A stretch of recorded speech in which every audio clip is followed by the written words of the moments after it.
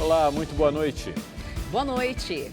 Chegou hoje ao Rio de Janeiro o primeiro lote de insumos para a produção da vacina de Oxford e AstraZeneca pela Fiocruz. O instituto espera produzir quase 3 milhões de doses. Sábado de muita esperança e emoção para os idosos que foram imunizados contra a Covid-19. E você vai ver também. A Pfizer pede à Agência Nacional de Vigilância Sanitária registro definitivo de vacina. Se aprovado, o imunizante poderá ser distribuído em postos de saúde e vendido em clínicas particulares. Com a flexibilização do Plano São Paulo, o comércio reabre na capital e comerciantes reclamam do movimento abaixo do esperado. Polícia indicia Felipe Cesarano por homicídio com dolo eventual. Investigação apontou que o surfista gastou R$ 900 em bebidas alcoólicas antes de acidente que matou um sargento da polícia. Essas e outras notícias você vê logo mais no Rede TV News.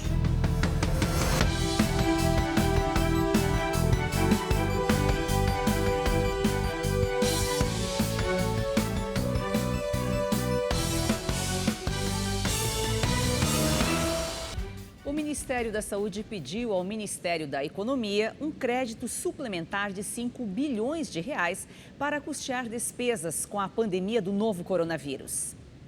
A verba é para cobrir os custos de manutenção dos leitos destinados pelo governo federal a pacientes da Covid-19. Hoje, existem cerca de 8 mil leitos custeados pelo governo. Sem a verba, essa quantidade pode cair pela metade. A pasta alega que os 136 bilhões de reais previstos para a saúde no orçamento da União já estão comprometidos. Em nota, o Ministério da Saúde esclareceu que sempre fez parte das atribuições da pasta adequar o orçamento às necessidades do SUS e, por isso, tomou a iniciativa de buscar recursos financeiros adicionais. O Ministério da Economia não respondeu. E depois do laboratório AstraZeneca, agora a Pfizer também pediu à Anvisa o registro definitivo da vacina contra a Covid-19. Com o pedido de registro definitivo, a Agência Nacional de Vigilância Sanitária vai ter acesso a dados mais completos e precisos sobre a eficácia e segurança da vacina produzida pela Pfizer. O registro definitivo permite que a vacina seja distribuída em posto de saúde e vendida em clínicas particulares, segundo as normas da Anvisa. O laboratório afirmou que a vacina, já autorizada para uso em outros países, apresentou eficácia global de 95% em toda a população do estudo, sendo observada ainda uma eficácia de 94% em indivíduos acima de 65 anos. Os imunizantes usados até agora no Brasil, do Instituto Butantan e de Oxford AstraZeneca, têm autorização apenas para uso emergencial, o que libera a utilização apenas pelo SUS e para o público prioritário. A Anvisa tem até 60 dias para responder se vai ou não conceder o registro definitivo. O primeiro lote dos insumos vindos da China para a fabricação da vacina de Oxford e AstraZeneca chegou hoje ao Rio de Janeiro e nós vamos para lá conversar com o repórter Rodrigo Assis, que tem as informações sobre a produção da vacina pela Fiocruz. Boa noite, Rodrigo. Boa noite, Mauro. Boa noite, Joyce. Boa noite a você de casa. O avião com o primeiro lote do ingrediente farmacêutico ativo para a produção da vacina do Covid-19 aqui no Brasil pousou no início da noite aqui no Aeroporto Internacional Tom Jobim, o Galeão. Os insumos que estavam armazenados a menos 55 graus foram trazidos aqui para a sede da Fiocruz, na zona norte da cidade, em um caminhão refrigerado e escoltado pela Polícia Federal. Aqui, o material foi recebido pelos ministros da Saúde, Eduardo Pazuello, e das Relações Exteriores, Ernesto Araújo, e também pela presidente da Fundação, Nízia Trindade. Agora, essas amostras vão passar por um controle de qualidade e, após os resultados, será dado início ao descongelamento desse material. A previsão é que com os quase 90 litros do insumo recebido hoje, seja possível produzir 2.800.000 doses da vacina. Ainda de acordo com a Fundação, até julho, a Fiocruz pretende produzir mais de 100 milhões de doses do imunizante. A fundação ainda afirma que essas doses, esses 2.800.000 doses, sejam entregues ao Ministério da Saúde entre os dias 15 e 19 de março.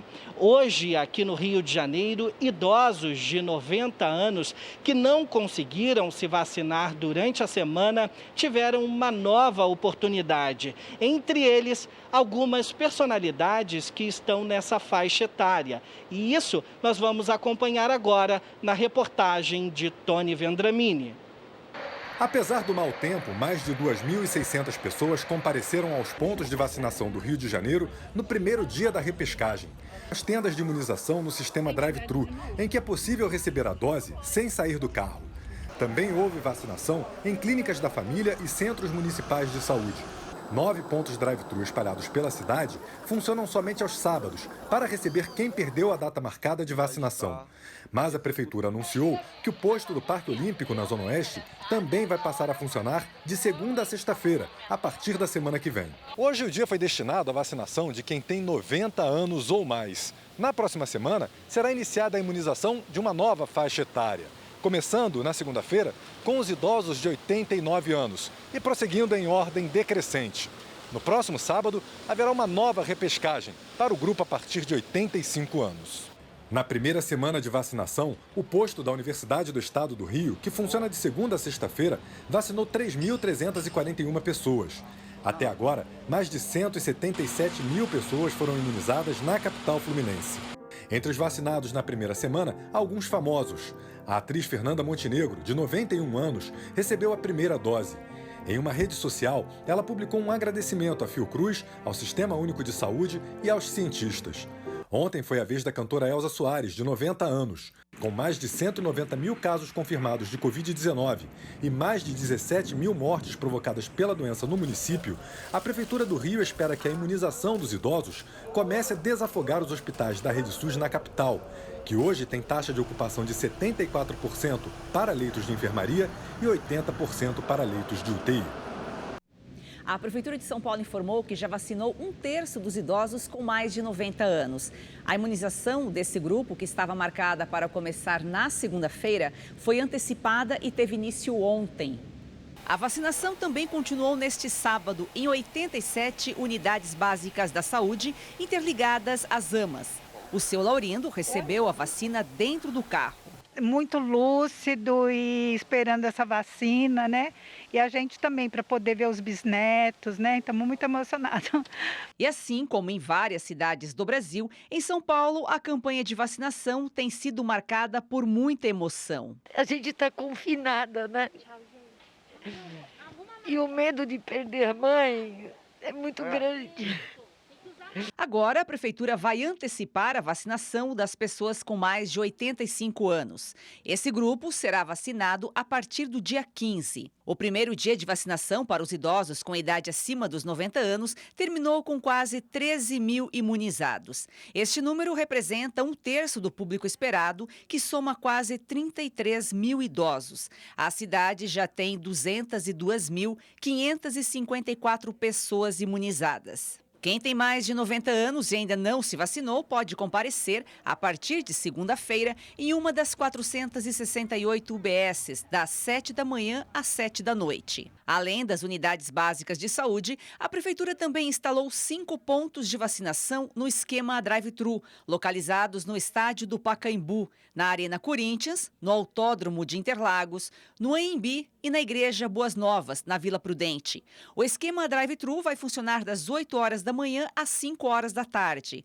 Também na segunda-feira, a vacinação vai ocorrer em 4 centro-escolas, que funcionarão nos mesmos horários das UBSs. E hoje o Instituto Butantan começou a produzir 8.600.000 doses da vacina Coronavac.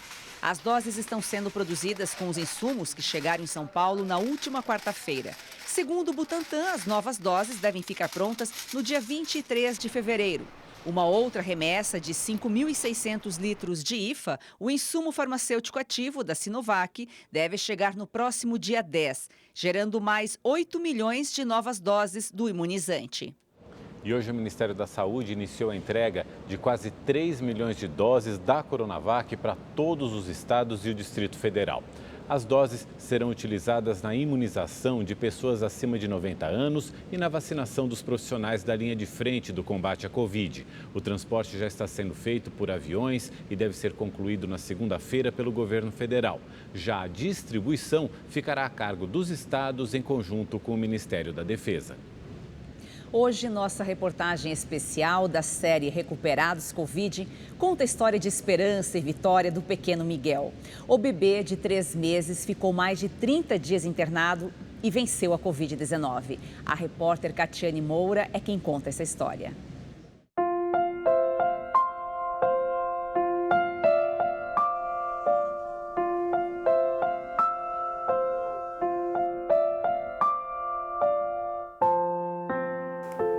Foi uma criança muito esperada.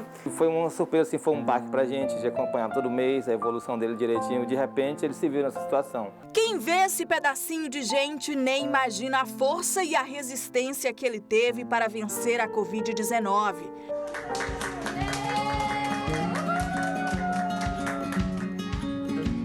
Segundo eles, ele broncoaspirou, né, o termo que eles usaram lá pra gente.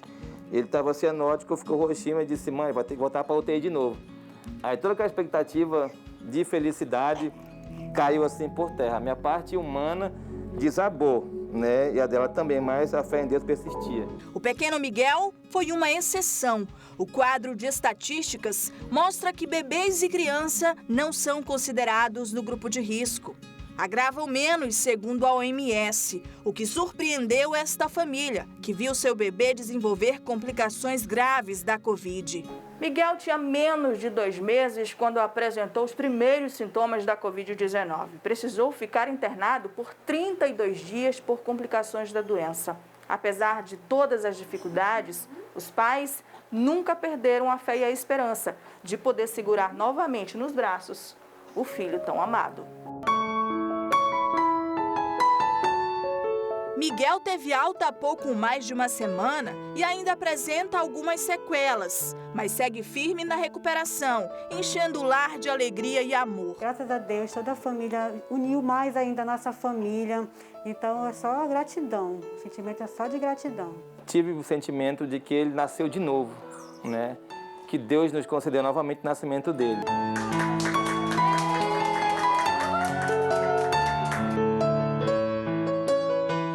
Vamos aos números da Covid-19 no Brasil. De acordo com o Ministério da Saúde, 8.363.000 pessoas já se recuperaram da doença. Outras 903 mil estão em acompanhamento. O país acumula mais de 231 mil mortes provocadas pelo vírus. Depois de medidas mais restritivas de combate ao coronavírus, o estado de São Paulo avançou hoje para a fase amarela do plano de flexibilização da quarentena, com mais liberação de atividades. Na terça-feira, o estado de São Paulo registrava 67% de ocupação de leitos de UTI. Uma leve queda em comparação com números da semana passada, quando o índice estava acima de 70%. Com isso, o governo de São Paulo decidiu recuar. Na fase amarela, a capacidade de ocupação permanece em 40%, nos estabelecimentos de todos os setores, incluindo shoppings e comércio de rua, mas amplia o horário de funcionamento de 8 para até 10 horas por dia. Escolas continuam abertas, mas eventos com público em pé seguem proibidos. No primeiro fim de semana de flexibilização, a movimentação na região do Brás foi pequena. Os comerciantes esperavam um movimento muito maior. Acho devagar porque as pessoas estão sem dinheiro, muita gente desempregada, né? Precisando de trabalho para sobreviver, né? E essa pandemia veio aí, a gente que trabalha na rua depende muito do trabalho, né? Para a Associação de Lojistas do Brás, tudo ainda é uma insegurança. E vários comerciantes reabriram as portas com prejuízo. O comerciante está trabalhando no limite. Uma vez que ele já usou as linhas de crédito ou do Pronamp ou linhas particulares, chegou a conta para pagar. Então a gente está nesse processo esperando essa definição para que realmente o comércio possa investir, possa retomar de maneira segura. O governo de São Paulo anunciou esta semana medidas para auxiliar o setor de bares e restaurantes. A categoria fez reivindicações contra as restrições de funcionamento.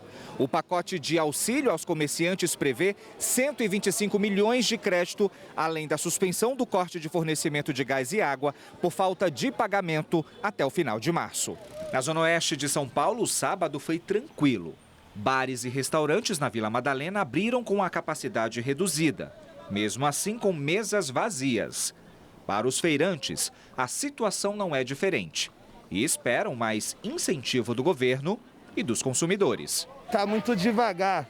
Já faz de uns dias que a feira está parada, o comércio geral aí, certos freguês não está tendo dinheiro para gastar. Desse jeito fica difícil para o trabalhador, né, meu? Na realidade, com essa pandemia aí, né, que ninguém esperava, né, ficou ruim tudo, né? Mas a gente, né, vai perseverando como Deus quer, né?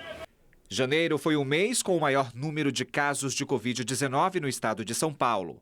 Mais de 315 mil pessoas ficaram doentes. Os números de mortes permanecem estáveis, em um patamar superior a 200 óbitos por dia.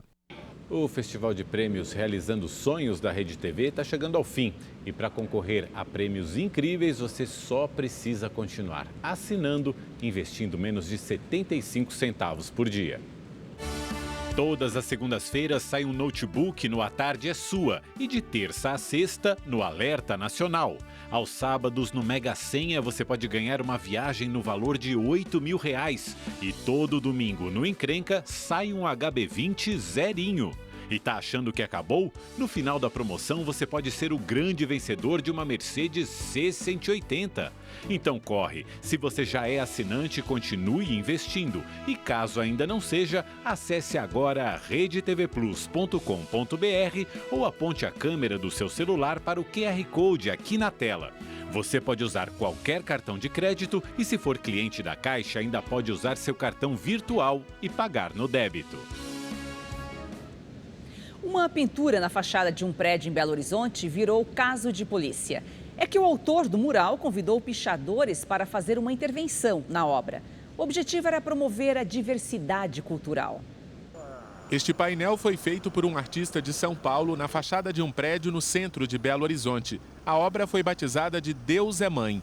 Mostra uma mulher negra com uma criança no colo e outra sendo levada pelas mãos. Linda, maravilhosa, super bem pintada, uma coisa bem alegre que deixa a cidade mais bonita. O mural tem quase 2.000 metros quadrados e faz parte do circuito de arte urbana aqui da capital mineira. Mas a obra acabou virando caso de polícia. Um inquérito investiga se houve crime ambiental. O painel teria sido pintado em cima de pichações consideradas criminosas. Pichações que eram motivo de denúncia e que foram, por óbvio, se eram denunciadas, não tinham consentimento de ninguém do edifício. Segundo o Departamento Estadual de Investigação de Crimes contra o Meio Ambiente, as pichações apagadas foram feitas durante uma invasão do prédio. Depois que o mural ficou pronto, 5 artistas mineiros foram convidados para registrar pichações na moldura da obra.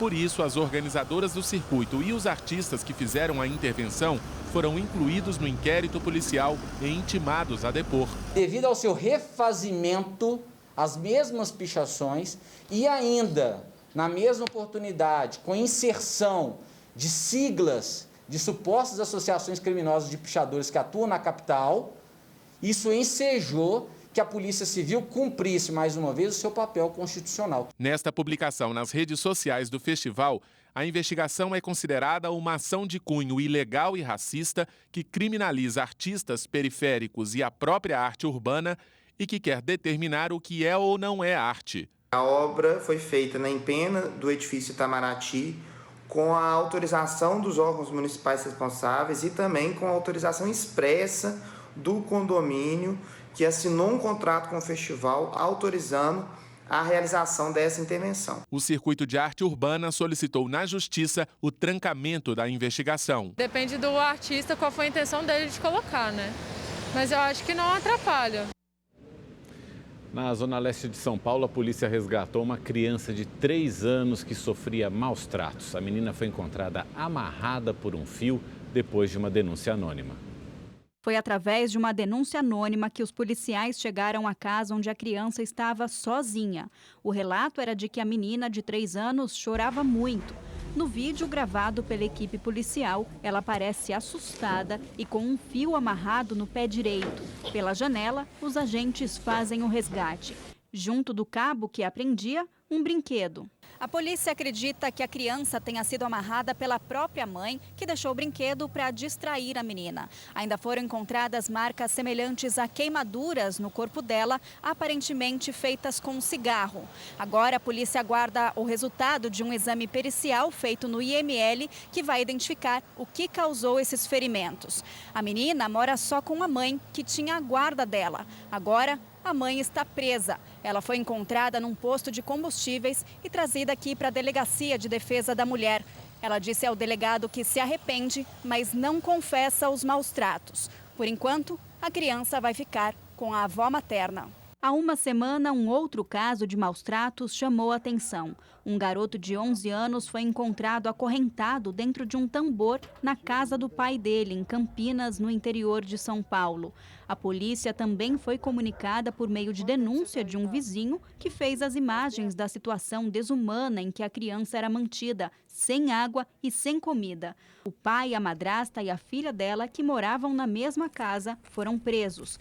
Eles relataram que o menino tem problemas psiquiátricos. O Conselho Tutelar acompanha o caso.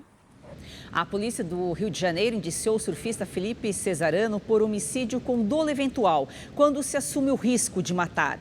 Um vídeo mostra o atleta comprando bebidas alcoólicas no dia em que ele bateu o carro e matou um sargento da Marinha.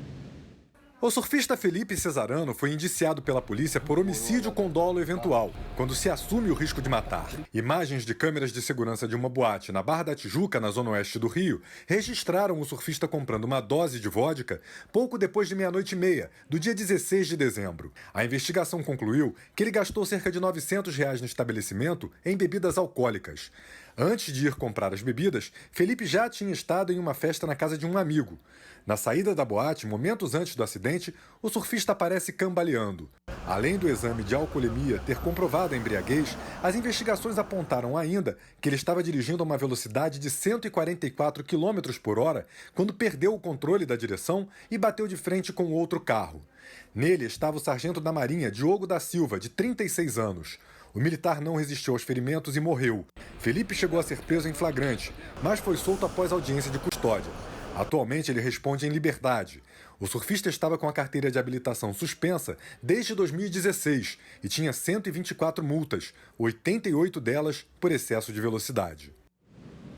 A Justiça do Trabalho proibiu a demissão de funcionários da fábrica da Ford, localizada em Taubaté, no interior de São Paulo. Segundo a decisão, os trabalhadores não podem ser demitidos até o fim das negociações com o sindicato da categoria. A unidade tem cerca de 800 funcionários. O Sindicato dos Metalúrgicos negocia as indenizações que deverão ser pagas pela empresa e tenta ainda reverter o fechamento da fábrica. Na noite de ontem, uma outra decisão da Justiça também proibiu demissões na unidade da montadora em Camaçari, na Bahia.